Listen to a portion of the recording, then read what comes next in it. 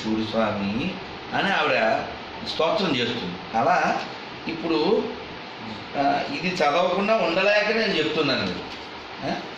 చూడండి ఎంత ఎవరో ఆంజనేయులు గారు యాల్లూరి వారు పెట్టారు, ఎంత బాగుందో. నిన్ను సేవింపగ నా పదాల్పోడమని నిత్యోత్సవం బబ్బని జనమాతృండని మహాత్ముడనని సంసార మోహంబుపై కొనని జానము గల్గని గ్రహగతుల్ కుదింపని మేలు వచ్చిన రానియవి నాకు భూషణములే శ్రీకాళహస్తీశ్వర. ఇది కూడా చెప్తారు జాగంటి గారు, నేను దాన్ని చక్కగా కోట్ చేశారు. అర్థం, నాకు కష్టాలు రాని సుఖాలు రాని, నన్ను లోకము సామాన్యుడు అనని గొప్పవాడనని, సంసార వ్యామోహం కలుగుని జ్ఞానమే కలుగుని, గ్రహాచారములను కృంగదీయని లేక మంచి చేయని, అవి అన్నీ నాకు ఆభరణములు వంటివి అవుతుంది. నీ పాద సేవ చేస్తున్న నాకు అన్నీ నీ అనుగ్రహములుగానే కనిపిస్తున్నాయి స్వామి. ఇది దాని అర్థం. దీన్ని ఆయన కామెంట్లో పెట్టారు. స్వామి, మీరు దూర్జర్ శతకం నుంచి అడిగిన పద్యము ఎవరో అనామకులు అన్నారని వారి నుంచి మీరు మీ కర్తవ్యాన్ని వదలవద్దు. శంకరాచార్యుల కాలంలో ఎన్నో అవైదిక మతాలు సమాజంలో వాటిని ఆపడం కోసం ఆయన ఎన్నో కష్టాలు పడ్డారు. ఆయన పుణ్యమే ఇప్పుడు మనం అనుభవిస్తున్నాం. ఇప్పుడు కూడా అలాంటి అనైతిక మతాలు మొదలై సమాజాన్ని ఇబ్బంది పెడుతున్నాయి. మీరు కట్టుకున్న కంకణాన్ని మాత్రం వదలొద్దు. ఎందుకు వదిలేస్తాను ఆయన? కష్టములు రాని పోని, సుఖములు కలగని కలగకుండాని, సుఖాలు రాని కష్టాలు రాని, ఏమైనా రాని. ఎగ్జాక్ట్లీ. ఎందుకంటే ఈ శరీరం నిలబడదు.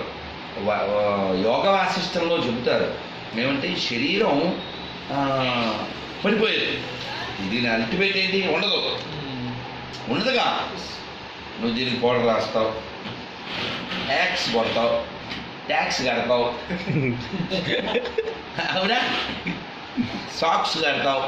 నువ్వు ట్యాక్స్ కట్టు, యాక్స్ కొట్టు, శాక్స్ కొట్టు, నువ్వు ఏం కొట్టినా ఏం కట్టినా ఇది ఉండదు. ఈ ఉండని దానికోసమని ఎవడెవడితో రారా చూసుకుందాం, నేను ఎవడు తెలుసా అంటుంటాడు. అసలు నీకు తెలుసా నువ్వెవడా? మీరు నమ్మండి, ఎంబ్రాసింగ్ అంటాం కదా ఇంగ్లీష్లో, తెలుగులో ఏమనాలి? ఆశ్చర్యం అలా అనుకోలేము, కొంచెం అసహ్య కూడా అనొచ్చు. తిరుమలలో ఈ సుప్రభాతం టికెట్ 110 రూపాయలు, అప్పుడు గట్టిగా 200 రూపాయలు ఉంటుంది. అయితే మరి దొరకదుగా, డబ్బులు తక్కువే, దొరకాలిగా. దొరకాలంటే ఏం చేయాలి? రాత్రిపూట క్యూ లైన్లో ఉండాలి.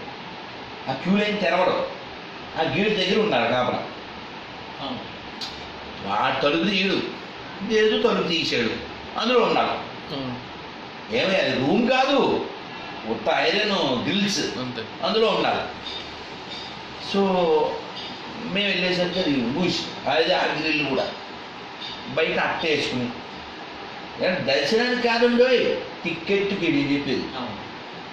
దర్శనానికి టిక్కెట్కి, ఎక్కట్లు ఫర్ టిక్కెట్, ఓకే.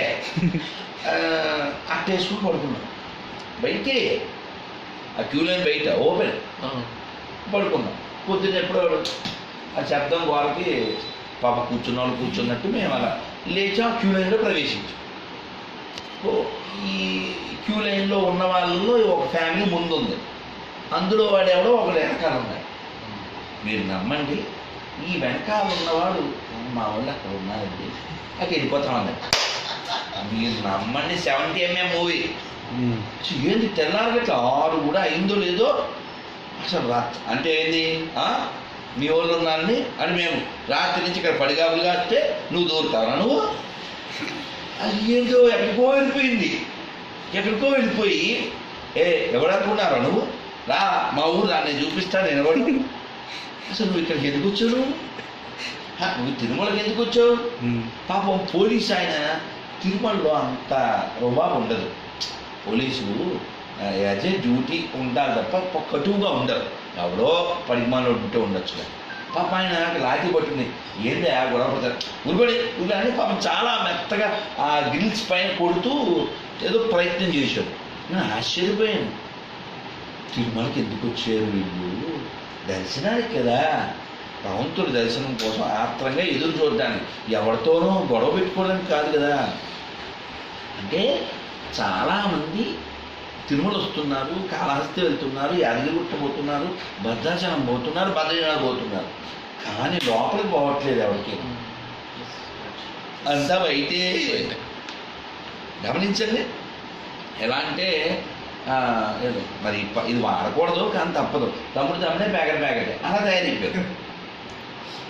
దేవుడు దేవుడే, బయటకు వచ్చాక దందాయే, వీటి బొంద ఇంకేముంది. మీరు గమనించండి, నేను తిరుపతిలోనే ఉంటా, కానీ వెంకటేశ్వరాన్ని చూడడానికి ప్రయత్నం చేయండి. చాలామందికి తెలియక అడుగుతారు, స్వామి మీరు డైరెక్ట్ కదా మార్గాన్ని చేరిపోతారు అంటుంటాడు.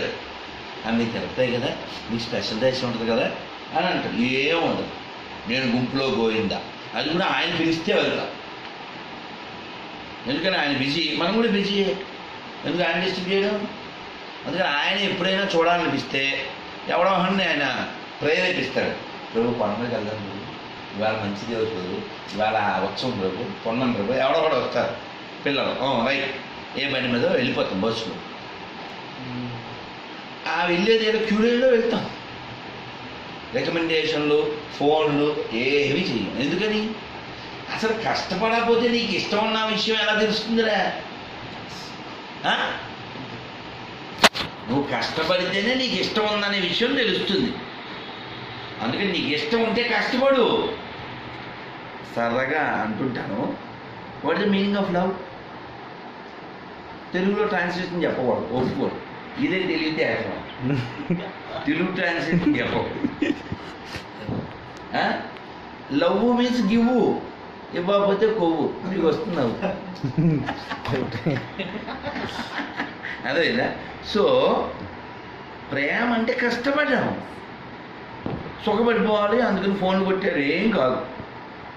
అందుకే చిన్నప్పుడు మీరు విన్నారో లేరో మరి, నీ కొండకు నీవే రప్పించుకో, ఆపద మొక్కులు నీవే చెల్లించుకో, నీ కొండకు నీవే రప్పించుకో.